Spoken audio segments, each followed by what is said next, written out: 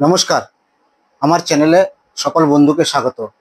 আমি এই বেশ কয়েকদিন আগে একটি ভিডিও আপনাদের আমার চ্যানেলে আপলোড করেছি। যে ভিডিওটি হলো দোমোহনার ঘাট, যেটি ভূতেশ্বর যে গ্রাম, বাঁকুড়া শহরের নিকটবর্তী ভূতেশ্বর গ্রাম এবং বাকি এবং আইলঠার মাঝখানে যে দোমোহনার ঘাট, সেই যে দোমোহনার ঘাটে বাঁকুড়ার দুটি নদী মিলিত হয়েছে, একটি গন্ধেশ্বরী নদী এবং একটি দ্বারকেশ্বর নদ। সেই মিলনস্থলের একটি ভিডিও বানিয়ে আমি আপলোড করেছি। তো আমার এই ভিডিও আপলোড করার পর অনেকে আমাকে বলছিলেন, ঠিক আছে, দুটি নদীর মিলনস্থল তো আপনি আপলোড করেছেন, কিন্তু এর উৎপত্তিস্থল কোথায় এই দুটো নদী? তো আমি তার মধ্যে একটি নদী, ছোট নদীর যে উৎপত্তিস্থল কোথায় সেটি খুঁজে বার করার জন্য কদিন ধরে আমার মনটা কিন্তু স্থির করেছিল যে আমি সেই গন্ধেশ্বরী নদীর যে উৎপত্তিস্থল সেটা খুঁজে বার করবো। তো কয়েকদিন ধরে আমি মানসিক দিক দিয়ে প্রস্তুতি নিচ্ছি, কিন্তু যখনই সকালে বেরোবো তখনই দেখছি বৃষ্টি হচ্ছে। তো বৃষ্টিপাত প্রচুর হওয়ার কারণে আমি কয়েকদিন বেরোতে পারিনি। আমি গতকাল আমি সেই গন্ধেশ্বরী নদী খোঁজে আমি বেরিয়ে পড়েছিলাম সকাল সকাল। তো সেখানে আমি গুগলে যে উইকিপিডিয়া দেখে আমি জানতে পারি যে এই গন্ধেশ্বরী নদীর মূল যে উৎপত্তিস্থলটা হচ্ছে বাঁকুড়া জেলার সালতোড়ার যে মুরলু বলে গ্রাম আছে, মুরলু গ্রামের একটি কুলুর বাঁধ বলে একটি বাঁধ আছে, সেখান থেকে। তো আমি সেই মতো সেই গুগলের উইকিপিডিয়া মতো আমি গতকাল বেরিয়ে পড়েছিলাম সেই কুলুর বাঁধে যাওয়ার জন্য। তো সেই কুলুর বাঁধে গিয়ে যে দেখি যে সেই প্রকৃতপক্ষে সেটা ঠিক নদী সেখানে সৃষ্টি হয়নি। সেই ওই বাঁধের জলটা ওই জলস্তর বেয়ে গিয়ে একটু দূরে গিয়ে ওটা নদীর সৃষ্টি হয়েছে, সেটা আমি জানতাম না। পরবর্তীকালে একজন ওখানকার স্থানীয় একজন বাসিন্দার কাছে জানতে পারলাম যে ওটা যদি নদীর শুরুটা দেখতে হয়, যে নদীটা মূল যে জায়গায় শুরু হয়েছে সেটা দেখতে হলে লাপাহাড়ির কাছে নেমে ডান দিকে, লাপাহাড়ির কাছে নেমে ওইদিকে যে সুগনাবাসা বলে গ্রাম আছে, সেই সুগনাবাসা গ্রামের উপর দিয়ে গিয়ে ঘোড়ামুরগা গ্রাম আছে। ওইটা ঘোড়ামুরগা গ্রামটা অ্যাকচুয়ালি পুরুলিয়াতে অবস্থিত। সেই ঘোড়ামুরগা গ্রামের কাছে এই গন্ধেশ্বরী নদীর উৎপত্তি হয়েছে। তো আমি প্রথমে তো পৌঁছে গিয়েছিলাম সালতোড়া। সেখান থেকে আমি ওই সালতোড়া লেদ মোড় হয়ে সেখান থেকে মুরলু গ্রাম হেঁটে যাচ্ছিলাম। কিন্তু সেটা অনেক দেখতে পেলাম যে অনেক দূর, 2-2.5 কিলোমিটারের মধ্যে একজন টোটোওয়ালাকে বললাম, দাদা আমাকে একটু ওই মোড়ে নামিয়ে দেবেন। তো বলতে তার সাথে কথা বলে জানতে পারলাম যে কুলুর বাঁধটা একটু গিয়ে বাঁ দিকে নেমে যেতে হবে, অনেকটা দূরে হেঁটে, প্রায় 1-1.5 কিলোমিটার। তো আমি হয়তো গন্ধেশ্বরী নদীর উৎপত্তি স্থলটা হয়তো খুঁজতে গিয়ে এমন একটা অভিজ্ঞতার মানে সঞ্চার হলো আমার মধ্যে, যেটা সত্যি খুবই মানে রোমাঞ্চকর। যেমন ধরুন, আমি হয়তো উৎপত্তি স্থলটা খুঁজে পাইনি, কিন্তু একটা কোনো একটা বাঁকুড়া জেলার একটি প্রান্তিক গ্রামের মানুষের জীবনযাপন, সেখানকার রাস্তাঘাট, সেখানকার যে মানে পরিবেশ এবং সেখানকার মাঠঘাট, এসব সম্বন্ধে যে অভিজ্ঞতা সঞ্চিত হলো, সেটা সত্যি খুবই মানে আমাকে খুবই সমৃদ্ধ করেছে। তো সেই গ্রামে যে পরিবেশ, সেখানকার মানুষের জীবনযাত্রা, সেখানকার রাস্তাঘাট, সেখানকার পশু পাখি, তারপরে জঙ্গল গাছ এবং মাঠ ঘাট, এসবের সম্বন্ধে যে অভিজ্ঞতা সঞ্চার হলো, সেটা সত্যি আমার কাছে আমাকে যথেষ্ট সমৃদ্ধ করেছে। তো সেই এই একটা গ্রামের পরিবেশ কেমন হয়, সেই গ্রামের একটি পরিবেশ তুলে ধরার জন্য আজকের এই ভিডিওটা বানাচ্ছি। তো যদি আমার এই ভিডিওটি শেষ পর্যন্ত দেখবেন অবশ্যই। একটা গ্রামীণ এলাকার পরিবেশ বা সেখানকার মানুষের জীবনযাপন কেমন হয় সেটা যদি জানতে হয়, বিশেষ করে বাঁকুড়া জেলার একটি প্রান্তিক গ্রামটার নাম মুরলু। সেই প্রান্তিক গ্রামের রাস্তাঘাট, মানুষের জীবনযাপন, ঘরবাড়ি, সেখানকার যে পরিবেশ, সে সম্বন্ধে জানতে হলে আমার ভিডিওটি শেষ পর্যন্ত দেখুন। এবং যদি ভিডিওটি ভালো লেগে থাকে তাহলে অবশ্যই লাইক, শেয়ার এবং কমেন্ট করে দেবেন। এবং যদি আমার চ্যানেলটিতে আপনি নতুন দর্শক হিসাবে এসেছেন তাহলে অবশ্যই আমার চ্যানেলটিকে সাবস্ক্রাইব করে দেবেন। সাবস্ক্রাইব করার জন্য আগাম ধন্যবাদ রইল। তো চলুন দেখে নিই সেই গ্রামের দৃশ্য, মানুষের জীবনযাপন, রাস্তাঘাট, পরিবেশ, সব কিছুই এই ভিডিওতে দেখে নিন। এই দেখুন, এটি হচ্ছে সালতোড়া যে লেদ মোড়, সেই লেদ মোড়ের ছবি চিত্র। তো এই লেদ মোড় থেকে যেটা রঘুনাথপুর দিকে যাচ্ছে যে রাস্তা, সেই রাস্তা দিকে একটু হেঁটে গেলেই প্রায় 3 থেকে 3.5 কিলোমিটার গেলেই একটি গ্রাম, যে গ্রামটি আমি কথা বলছিলাম আপনাদেরকে আগে, মুরলু। সেই মুরলু গ্রামের দিকে আমি এখন যাব। তো এটা হচ্ছে ঠিক সালতোড়ার লেদ মোড়। সেই লেদ মোড়ের কাছেই আমি দাঁড়িয়ে রয়েছি, এখানে এই চিত্রটি তুলেছি সেখানে। তো এই লেদ মোড় থেকেই যেটা রঘুনাথপুরের দিকে যাচ্ছে, সেই দিকেই এই মুরলু গ্রামটি পড়বে। দেখুন মুরলু গ্রামে যাওয়ার পথে দেখুন কয়েকটি ঘর দেখাচ্ছে আপনাকে, দেখুন কিভাবে টালি দিয়ে এগুলো বানানো হয়েছে, ভেতরে আরো টালি আছে। দেখুন এই ঘরগুলো একটু টালি দিয়ে বানানো। এটা ঠিক লেদ মোড় থেকে আমি যেটা যখন রঘুনাথপুরের রাস্তা ধরে সোজা মেন রোড ধরে যে রাস্তা ধরে যাচ্ছি, তখন এই বাড়িগুলো আমার চোখে পড়ে, তার জন্য এগুলো আমি স্টিল ছবি তুলে রাখি। তো চলুন আমি সেই গ্রামের দিকে যাচ্ছি। আমি এখন এগিয়ে চলেছি সেই উৎসের খোঁজে। তো সেই দিকে আমি এগিয়ে যাচ্ছি। দেখুন আমি ঠিক মাটির পথ ধরে গ্রামের মধ্যে, এই গ্রামটির নাম হচ্ছে মুরলু। সেই মুরলু গ্রামের মাটির যে রাস্তা, সেই রাস্তা দিয়ে আমি এগিয়ে যাচ্ছি সেই উৎসের খোঁজে। তো দেখি আমি কত দূরে সেই জায়গায় কখন পৌঁছাই। আমি তো কোনো কিছুই জানি না, না জেনেই এসেছি শুধুমাত্র গুগলের সাহায্যে। তাও আমি চেষ্টা করছি সেই জায়গাটা খোঁজার। যদি আজকে পাওয়া যায় ভালো, নাহলে অন্যদিন আসবো ঠিক। তবে এখানে আসতে গেলে মূলত গাড়ি নিয়ে আসাই ভালো মনে হচ্ছে। আপাতত রাস্তায় কয়েকজন চাষির সাথে দেখা হলো, তাদেরকে জিজ্ঞাসা করলাম, তারা বলল, তাদের জিজ্ঞাসা করে করে আমি আপাতত সেই গন্তব্যস্থলে পৌঁছানোর চেষ্টা করছি।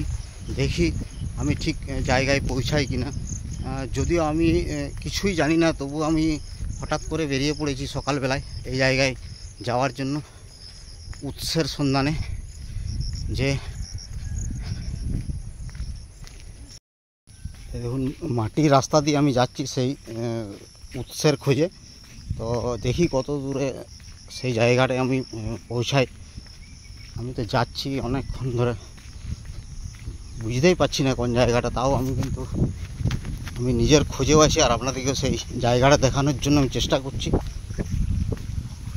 যে কুলুর বাঁধ বলে জায়গাটা, সেই জায়গাটা যেখান থেকে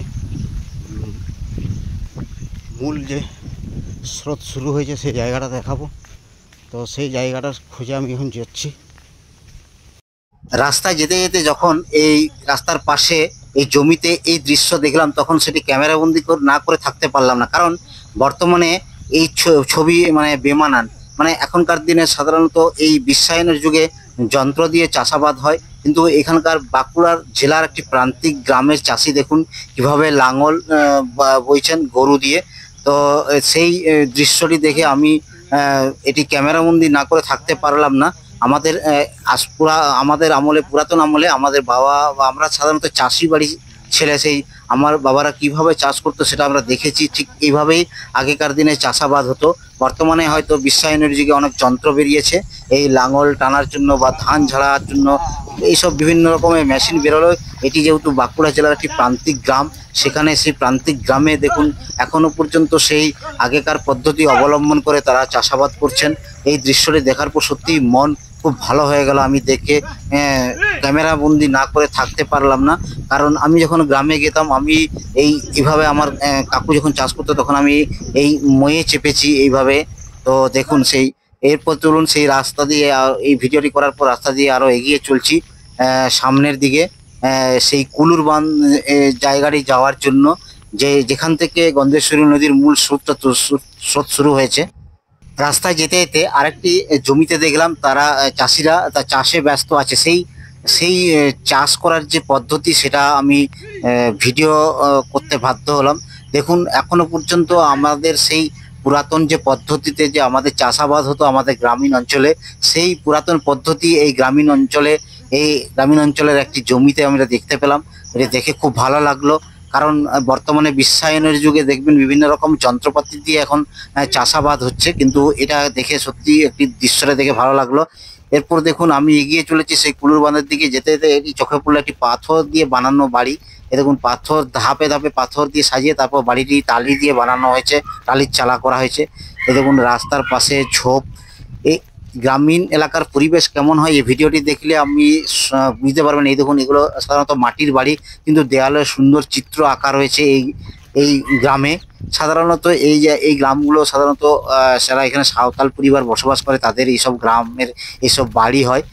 এই বাড়িগুলো দেখবেন মাটির প্রলেপটা এত সুন্দর করে ওরা বাড়িটা বানায়, দেখলে আমার মন জুড়ে যাবে। তো এইসব বাড়ি চিত্র একমাত্র গ্রামীণ এলাকায় গেলে দেখতে পাবেন। এইসব বাড়ি মাটির বাড়ি, সাধারণত এখানকার সমস্ত বেশিরভাগ বাড়ি এখানে মাটির বাড়ি হয়। এবং এই মাটির বাড়ির দেয়ালগুলো দেখুন সুন্দর সব চিত্র আঁকা রয়েছে। তো একটা বাঁকুড়া জেলা শুধু নয়, মানে পশ্চিমবঙ্গের প্রান্তিক এলাকার গ্রামের বাড়ি কেমন হয়, গ্রামাঞ্চলের বাড়িগুলো সাধারণত দেখলে এখানে একটি পাকা বাড়ি দেখতে পাচ্ছেন।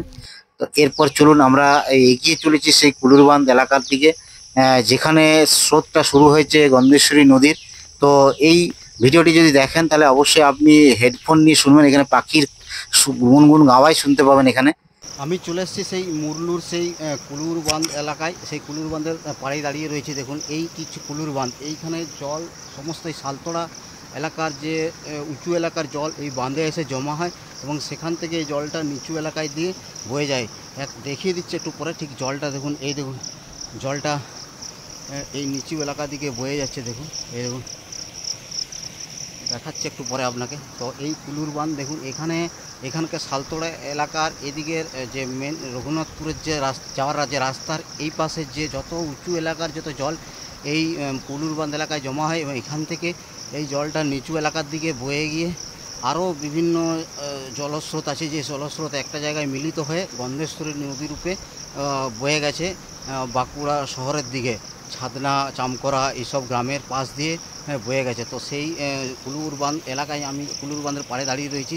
এরপর দেখাবো দেখুন কিভাবে জলটা এই বাঁধ থেকে বেরিয়ে নিচু এলাকার দিকে বয়ে যাচ্ছে। এই দেখুন এটা সেই কুলুর বাঁধ। প্রকৃতপক্ষে আমার উদ্দেশ্য ছিল যে গন্ধেশ্বরীর নদীর যে মূল উৎস সেইটা খোঁজা, কিন্তু আমি গুগলে উইকিপিডিয়া থেকে জানতে পারি যে কুলুর বাঁধ এলাকায়, মানে এই মুরলু গ্রামের কুলুর বাঁধ এলাকা থেকে এই নাকি এই গন্ধেশ্বরী নদীর উৎপত্তি। তো আমি সেই উৎপত্তি স্থল দেখতে গিয়ে এখানে বুঝতে পারলাম, এটুকু এই গুলুর বাঁধ এলাকায় যে এসে বুঝতে পারলাম যে জলটা এই যত শালতোড়া এলাকার যত জল এই গুলুর বাঁধ এলাকায় জমা হয়ে নিচু এলাকায়, দেখুন জলটা যে বয়ে যাচ্ছে নিচু এলাকার দিকে বয়ে যায়। এখান থেকে মানে স্রোত শুরু হয়েছে, নদীটা এখানে শুরু হয়নি, কিন্তু এখানকার যে জলের স্রোত সেটা এই ঠিক এই কুলুরবাঁধ এলাকা থেকে এই স্রোতের জল বইতে শুরু করেছে গন্ধেশ্বরী নদী তৈরি হওয়ার জন্য। তো সেটা আমি বুঝতে পারলাম। আমার উদ্দেশ্য ছিল অ্যাকচুয়ালি যে উৎপত্তি স্থলটা খোঁজার, কিন্তু এই উৎপত্তি স্থল খুঁজতে গিয়ে আমি একটি বাঁকুড়া জেলার যে প্রান্তিক গ্রামের যে পরিবেশ প্রকৃতি, সেখানকার মানুষজন, সেখানকার জীবনযাপন কেমন হয় সে সম্বন্ধে প্রচন্ড অভিজ্ঞতা হলো। তো সেই অভিজ্ঞতা শেয়ার করার জন্যই আজকের এই ভিডিওটি বানালাম। একটি বাঁকুড়া জেলার একটি প্রান্তিক গ্রামটির নাম হচ্ছে মুরলু। এটি ঠিক মানে যে লেদ মোড় থেকে রঘুনাথপুর যাওয়ার রাস্তায় পড়ে এই মুরলু গ্রাম।